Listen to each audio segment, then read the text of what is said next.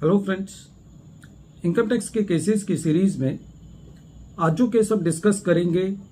वो CSR expenditure को लेकर के है। प्रेजेंट केस में अमृतसर आईटीएटी बेंच के सामने एक इशू था कि यदि एसएससी ने कोई कंपनीज एक्ट के मुताबिक प्रॉफिट एंड लॉस अकाउंट के अंदर कोई सीएसआर अमाउंट डेबिट किया है तो क्या वो अमाउंट सेक्शन 115 जेबी के मुताबिक बुक प्रॉफिट्स को कैलकुलेट करने में as an upward adjustment add back किया जाना चाहिए। यही इशू ट्रिब्यूनल ने अपने case deputy commissioner of income tax versus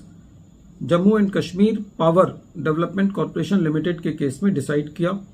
और ये केस 125 आईटीआर ट्रिब्यूनल पेज नंबर 556 पर रिपोर्ट हुआ और इस केस का जजमेंट 15 मई 2025 को आया। प्रेजेंट केस असेसमेंट ईयर 16-17 से रिलेटेड है। प्रेजेंट केस में एसएससी ने कंपनीज एक्ट के कंप्लायंस को पूरा करने के लिए अपने पिछले 3 सालों के नेट प्रॉफिट की जो एवरेज थी उसका 2% अपने प्रॉफिट एंड लॉस अकाउंट में सीएसआर एक्सपेंडिचर के लिए रिजर्व किया। जब असेसमेंट प्रोसीडिंग चल रही थी तो असेसिंग ऑफिसर का ये मत था कि ये सीएसआर एक्सपेंडिचर एक असर्टेन लायबिलिटी नहीं है और असेसिंग ऑफिसर ने central board of direct taxes के सर्कुलर नंबर 1 2015 जो कि 21 अक्टूबर 2015 का सर्कुलर है, जो कि ये बात कहता है कि यदि एसएससी ने कोई सीएसआर एक्सपेंडिचर किया है कंपनीज एक्ट के मुताबिक तो वो एक्सपेंडिचर एज पर सेक्शन 37 एक डिडक्टिबल एक्सपेंडिचर नहीं है। लेकिन असेसिंग ऑफिसर ने इस सर्कुलर को रिलाय करते हुए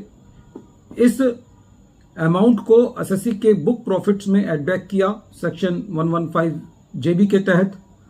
एसएससी का यह कहना था कि एक्सप्लेनेशन 1 टू सेक्शन 115 जेबी के मुताबिक ये अमाउंट बुक प्रॉफिट्स में एड बैक नहीं होना चाहिए। सर्कुलर खाली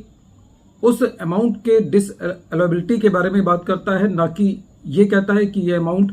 बुक प्रॉफिट्स के लिए भी एड बैक होना चाहिए। लेकिन असेसिंग ऑफिसर ने एसएससी की कंटेंशंस को कंसीडर नहीं किया और उसको अकॉर्डिंगली बुक प्रॉफिट में एड बैक किया। जब ये मैटर सीआईटी अपील के पास था तो सीआईटी अपील ने एसएससी की अपील को अलाउ किया और सीआईटी अपील के मुताबिक जो सीएसआर का अमाउंट है वो एक्सप्लेनेशन 1 टू सेक्शन 115 जेबी के मुताबिक एक पॉजिटिव एडजस्टमेंट नहीं है बुक प्रॉफिट्स को कैलकुलेट करने के लिए। जब ये मैटर रेवेन्यू ट्रिब्यूनल के पास लेकर के गया तो ट्रिब्यूनल का ये कहना था कि प्रेजेंट केस में असेसिंग ऑफिसर ने जो सर्कुलर को रिलाय किया है वो एक तरीके से सर्कुलर का मिस एप्लीकेशन है, क्योंकि सर्कुलर खाली ये बात कहता है कि जो सीएसआर का एक्सपेंडिचर है उसका खर्चा एसएससी को नहीं मिलेगा, उसकी डिडक्शन एसएससी को नहीं मिलेगी। लेकिन वो सर्कुलर कहीं पर भी ये बात नहीं कहता कि ये अमाउंट सेक्शन 115 जेबी की एक्सप्लेनेशन 1 के मुताबिक एसएससी की बुक प्रॉफिट्स में एड बैक होना चाहिए। ट्रिब्यूनल का यह भी कहना था कि प्रेजेंट केस में असेसिंग ऑफिसर कुछ भी रिकॉर्ड पर ऐसा नहीं ला पाया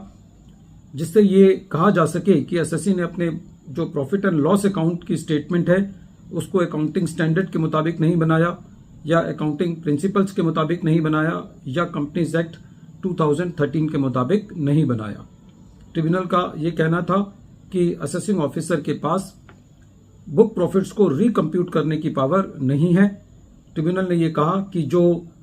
एक्सेस एडजस्टमेंट की जाती है, जो एक्सप्लेनेशन 1 टू सेक्शन 115 जेबी के अंदर जो एडजस्टमेंट मेंशन की गई हैं उसके अलावा कोई और एडजस्टमेंट नहीं की जा सकती। और क्योंकि प्रेजेंट केस के अंदर जो P&L है वो as per accounting standard, companies act और अकाउंटिंग प्रिंसिपल्स के मुताबिक बनाया गया है, तो उस केस में एओ के पास यह भी अधिकार नहीं है कि वो उसको किसी तरीके से उस प्रॉफिट के साथ छेड़छाड़ करे। तो प्रेजेंट केस से ये चीज सामने निकल के आती है कि जो सीएसआर का एक्सपेंडिचर है जो कि प्रॉफिट एंड लॉस अकाउंट में डेबिट हुआ है वो सेक्शन 37 के मुताबिक वो एक अलाउएबल एक्सपेंडिचर नहीं है। लेकिन साथ ही जो सर्कुलर है वो रेवेन्यू को ये अधिकार नहीं देता कि उस अमाउंट को आप बुक प्रॉफिट को कैलकुलेट करने के लिए उसमें एड बैक करें। वीडियो के अंत में एक बार फिर मैं केस का नाम रिपीट कर रहा हूं। केस का नाम है deputy commissioner of income tax versus Jammu and Kashmir power development corporation limited और ये केस 125 ITR ट्रिब्यूनल पेज नंबर 556 पर रिपोर्ट हुआ और इस केस का जजमेंट 15 मई 2025 को आया। Thank you friends.